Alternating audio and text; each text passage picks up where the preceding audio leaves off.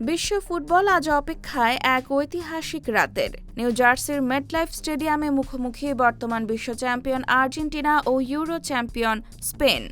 একদিকে বিদায়ী অধ্যায়ের দিকে এগিয়ে যাওয়া লিওনেল মেসি, অন্যদিকে নতুন যুগের প্রতীক লামিনে ইয়ামাল।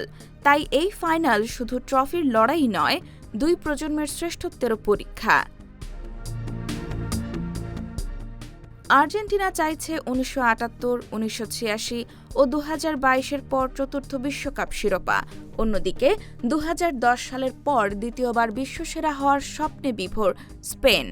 মেসির অভিজ্ঞতা, রোমেরোদের দৃঢ় রক্ষণ ও এমিলিয়ানো মার্টিনেজের আত্মবিশ্বাসের বিপরীতে স্পেনের ভরসা ইয়ামাল, নিকো উইলিয়ামস ও রদ্রির গতিময় ফুটবল। দুই দলের অতীত পরিসংখ্যানও রোমাঞ্চ ছড়ায়।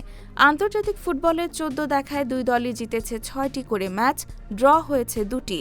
ফলে ফাইনালে কে এগিয়ে যাবে তার উত্তর মিলবে ৯০ মিনিট কিংবা তারও বেশি সময়ের লড়াইয়ে। এটি শুধু একটি ম্যাচ নয়, এটি ইতিহাস লেখার মঞ্চ। মেসির শেষ বিশ্বকাপ কি রূপকথার সমাপ্তি পাবে, নাকি ইয়ামালের হাত ধরে শুরু হবে স্পেনের নতুন স্বর্ণযুগ?